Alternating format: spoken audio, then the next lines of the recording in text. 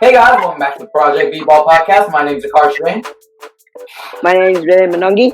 I'm Gokul Narayan. And I'm Sid Patani. I'm a guest again on this episode. Yeah, so guys, for the topic of this episode will be our top 10 small forwards. We have our guest speaker Sid joining us for our top 10 list for analyzing the NBA season. For this one, here's some key notes. I know there's a lot of like positioning problems we have, like who we count as a small forward, who we don't, and stuff like that. There's like players who can be a small forward, a two guard, or he could be a power forward, or he can even play a point guard. So some notable names you left off this list would be LeBron and Jimmy Butler.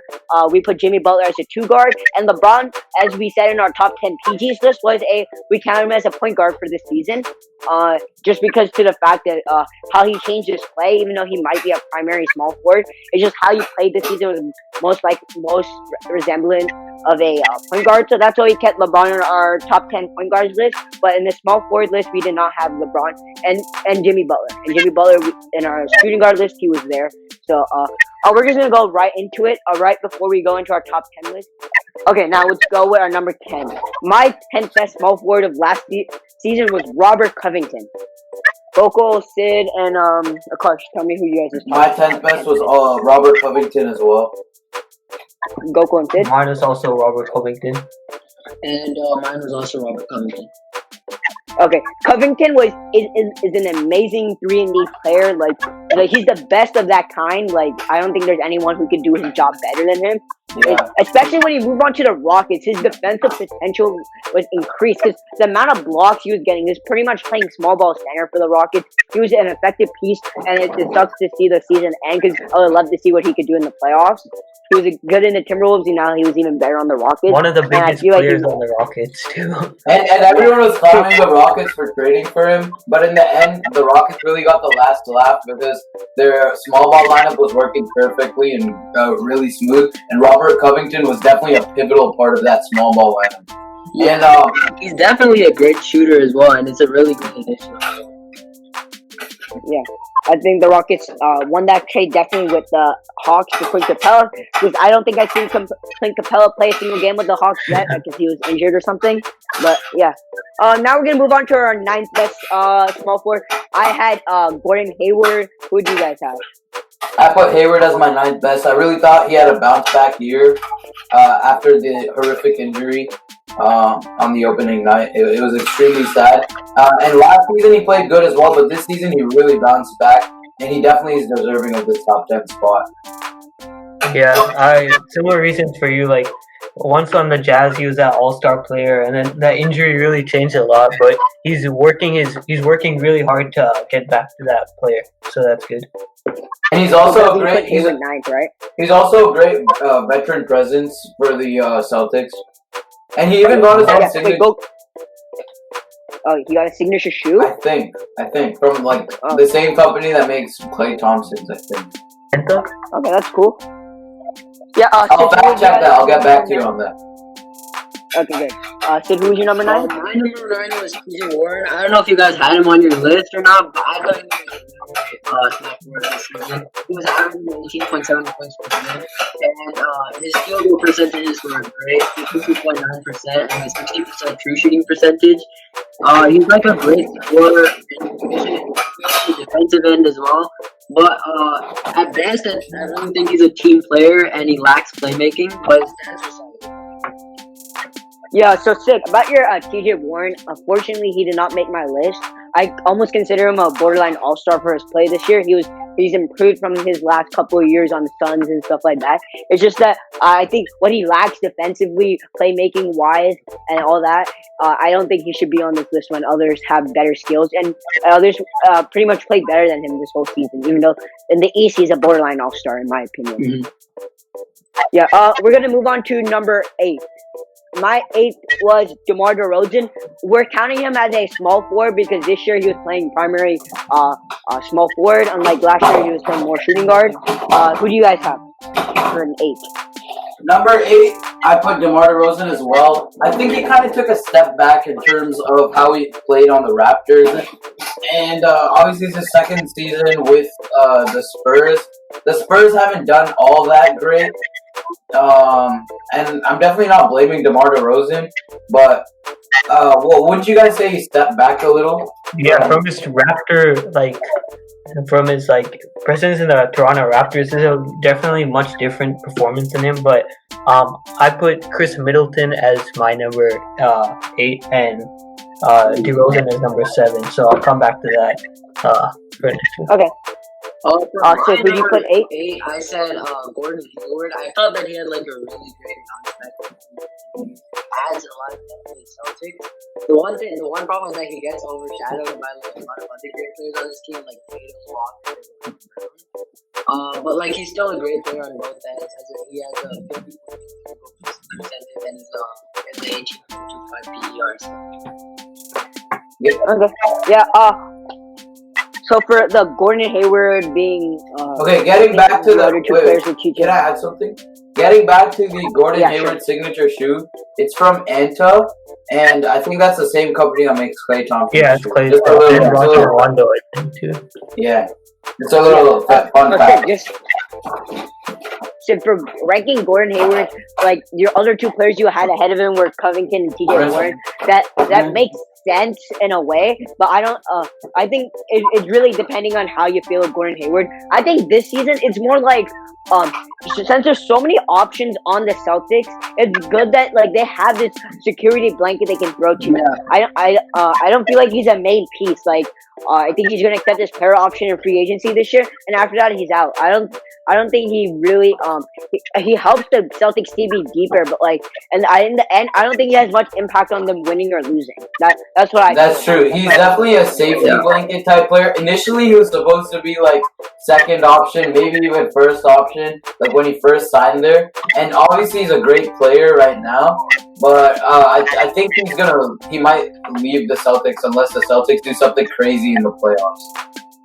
Would But I you still agree? feel that Brad Stevens can still resort to him if he wants him to play, like the Utah Jazz Hayward. Like I feel that he still has the potential. Yeah, that potential of going back to Utah Jazz Hayward's still there. Obviously, it was shown more this season because it's been more of a bounce back season. This season he's averaging, I think, like about 19-ish He's points. Last averaging season he averaged like 11. season, I think. But still, it's great. It's good for a bounce back. Like last season, after the injury, he was averaging like 11 or something, I think. Let me see. But yeah, continue, Renee. Yeah, so the fact that he was able to bounce back and come back onto our top 10 small forwards list is good for him. I think give him a couple more years, I think we could see a return of Utah Jazz Gordon Hayward if he's in the right situation. I don't see that happening in Boston because I think he's like the fourth option pretty much, and that's not gonna be able to be sustained that well. Okay, Gokul, why did you put Chris? You said Chris Middleton. Yeah, I'll talk about that when we say the 7th best player. Okay, for Well, I sure. definitely Let's move on to yeah, 7 then. something. I definitely think, Yeah, sure. like all you guys said, I definitely think Gordon Hayward deserves this position. And I just wanted to add that the season prior to this, the 2018-2019 season, he averaged around 12 points, 11.5 points a game. And this season, he's averaging near 20. He's averaging 17 points a game. So yeah, that's all I wanted to add. Let's move on. Okay, for sure. Now let's move on to our 7th best small forward of last season. I had Chris Middleton. Akarsh, Gokul, and Sid, please tell me who you guys had at 7. I had Tobias Harris at my 7th position. And I think that's mainly because the Sixers didn't play as good as expected. And they didn't gel too well. But if not for that, obviously Tobias put up some great stats. And he's another one of those Robert Covington type of players that they're really good two-way players and they play good defense and they're great shooters. And a couple of years ago, like it was a same bidding war going on between Robert Covington. You know how this year Robert Covington had a bidding war going on between a bunch of teams that wanted it. A couple of years ago, Tobias Harris had that same situation where a bunch of teams wanted him and the Sixers ended up with him. And I think he's a great fit for the Sixers, but the Sixers were kind of underwhelming this season. So yeah, for those reasons, I put him. I put him at my seventh spot, and I put Chris Middleton. Okay. Okay, for sure. Not Goku and Sid, please say. Yeah, so I put DeMar DeRozan. So the main reason I put him over Chris Middleton is first, they're like both the same. Like in my opinion, they're both similar types of players. But then the factor that comes into account here is East versus West. So DeMar DeRozan averaged basically the same stat line that he is right now in Toronto in his final season, and yet he still was an All-Star that season. This season, obviously, he didn't make it, but like it just comes into the fact that the West is so much harder to make the All-Star. And then Chris Middleton, basically same stat line as DeMar this season too, but he made it because he's in the East. So I feel that the East versus West really comes into here, and it's a big reason. Why some people say Chris Middleton a little better than DeMar. Sid, who do you have at So number I 7? had DeMar DeRozan as well. I mean, I'll just give you guys some stats on him. He had 22.2 points per game, 5.6 per game, 5.6 assists per game, and a whopping like 52.6 field goal percentage, which is also really good. He had a 21.4 PER, and the only reason I think he's a much better player, but the one problem is that he lacks a three ball, which the game kind of revolves around these days. So other than that, he's good on both ends of the floor, and he's a great scorer off of it. So yeah. Yeah, so I'm just gonna talk about my points of why I said Chris Middleton was better than DeMar. So I actually I think Akarsh somewhat convinced me in putting Chris Middleton higher than Tobias Harris because Chris Middleton has he's almost 50, 40, 90 club, which is very rare. He's an efficient scorer. He's an amazing defender. All those traits. DeRozan doesn't have the shot like Chris Middleton, so I would prefer having Chris Middleton on my team than DeRozan. And then Tobias Harris this season was actually pretty disappointing. So Akarsh, you actually kind of convinced me in putting Chris Middleton a little higher on my list where Tobias Harris would be. Because of how Chris Middleton's skill set, he's the perfect number 2 option. I feel he's sometimes a little underrated because of his skill set and being a pure scorer. So then I feel like this would be the best. I feel like it'll be better for me to move up Chris Middleton in my list because it's kind of like what Tobias Harris did this season is not. It was disappointing, and it's not fair for me to put Chris Middleton under Tobias like that. Guys, we'll move on to our 6th best small forward. Mine was Tobias Harris, but I'm actually gonna switch it with Tobias will be my 7th and Chris Middleton's my 6th. Akarsh, Goku, and Sid, who do you guys have? At my 6th spot, I had to put I had to put Chris Middleton. Sorry, at my 6th spot. I just thought him and his play with the Bucks was just really phenomenal. And as you mentioned, he's almost a member or close to being a member of the 50, 40, 90 club, which is extremely rare. And yeah, I don't think I have to explain this one that much, but yeah. What about you guys? Yeah, Goku Yeah, and Sid, who do you guys I also really like Akarsh's explanation for why Tobias Harris is I think you put him 8th, right? 7th or 8th. So yeah, I had him 6th. So now after hearing that, I'm gonna shift him around and put him 8th, and then put DeMar 7th and Chris Middleton 7th and DeMar 6th. So for me, similar to Akarsh, I felt that Chris Middleton was number 6. I mean, he was averaging great numbers. Yes, he was really close to 50, 40, 90 as well. He has a great 3 ball, and I think he's a perfect second scoring option for Giannis because I saw that he scored 50 points, which is his career high. He has a great chemistry with Giannis, and definitely they're the number 1 seed. So yeah. Yeah, so I think pretty much all of us had Chris Middleton at this spot, and so I originally did not have him. Like I said, I had Tobias Harris, but then Akarsh's reasoning actually made me change my mind. Chris Middleton's at my 6th spot. Now we're gonna move on to number 5, guys. I had I also have Brandon Ingram. Who do you all have? Yeah, so let's not explain since all this matters. What about our number 4 spot? I put Paul George on my. I put Paul George also. Yeah, I got Paul George. I put I put PG-13 too. The reason why Brandon Ingram is not higher than Paul George, I think it's just like the impact Paul George has, even though he was not healthy the whole season. I just feel like Paul George is still more of a raw, To pass better him player, is pretty- skill wise, Great and he showed that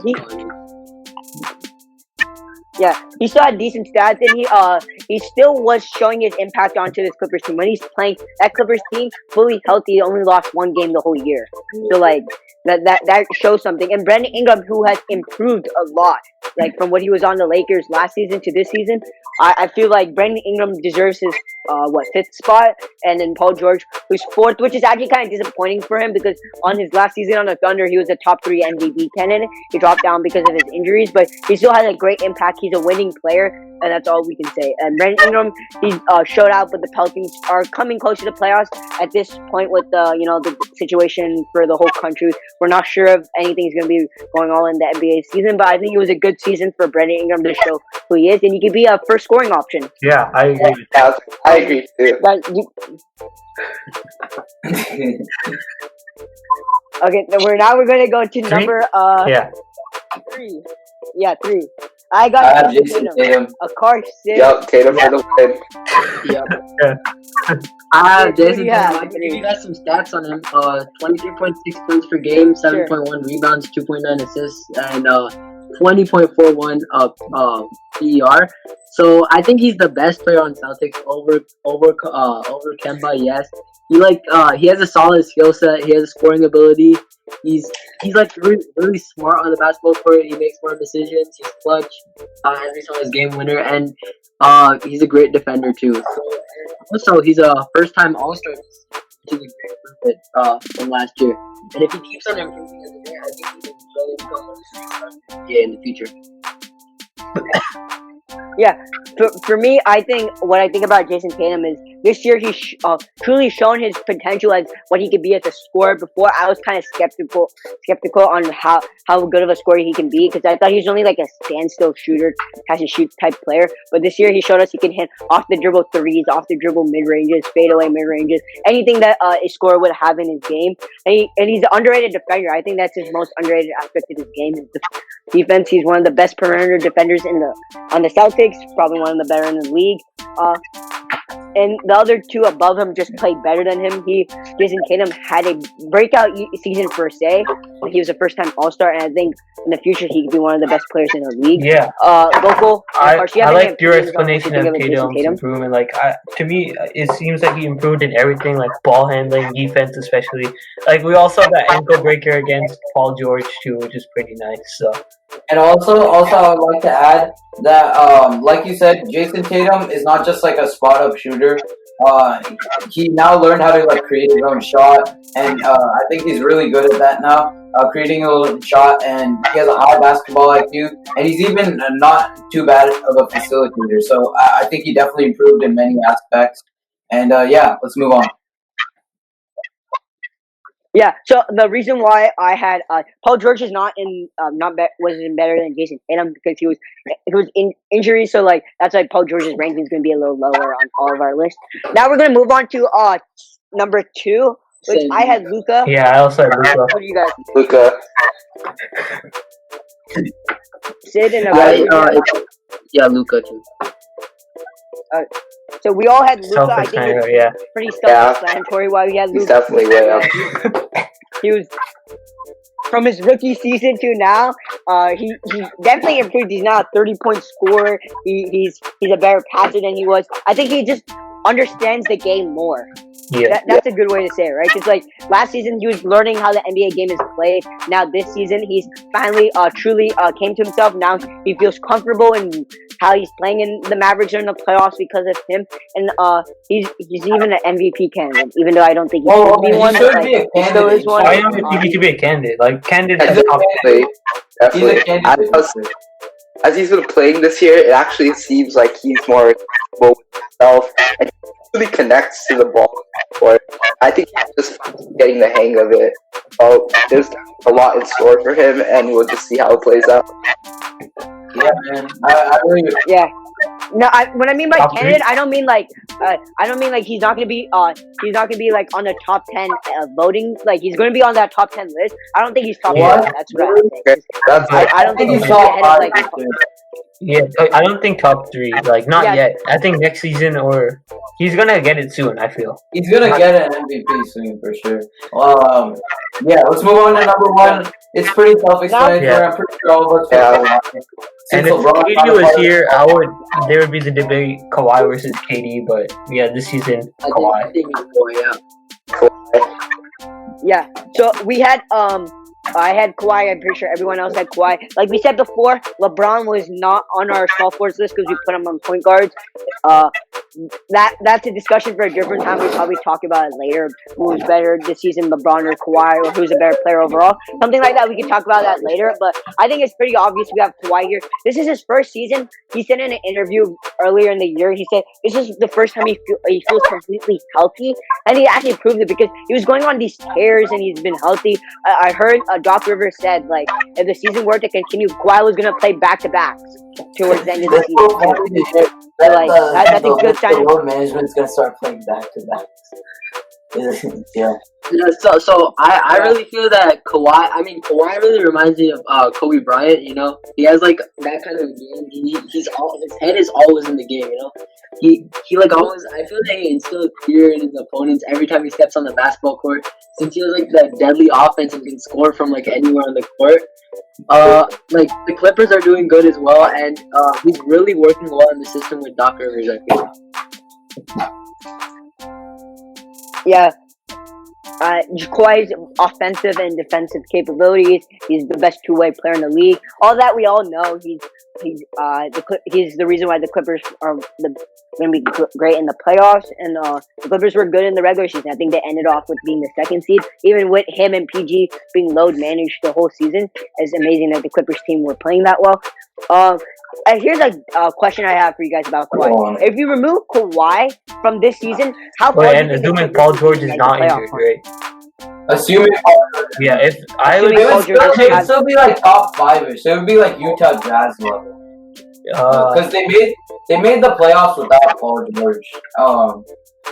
And They won 48 Yeah, games exactly. without Kawhi and no, Paul. I think they'd be like Jazz level. They'd be like Utah Jazz level. their bench, like they're just all around a solid team. I feel. Even without those 2 Yeah. stars. They're gonna be a pretty hard. Yeah, even without those 2 stars. They're gonna be a hard. Yeah, continue with it. So they're gonna be a hard team to. Yeah, they're gonna be a hard team to beat in the playoffs because of all their bench depth. And even with like taking out one of those stars and the other star being perfectly healthy, it would be a scary 2nd round matchup for any of the first or second seeds. Hold on, you say 2nd round matchups? You don't think they make it past you know, No. I said if you remove one of the okay. stars, it would be a Okay, pretty I was hard about to 2nd say. round matchup. Okay. Yeah, so I think we should end it off there. We discussed our list. We discussed all of our lists, and yeah. So we'll see you next time.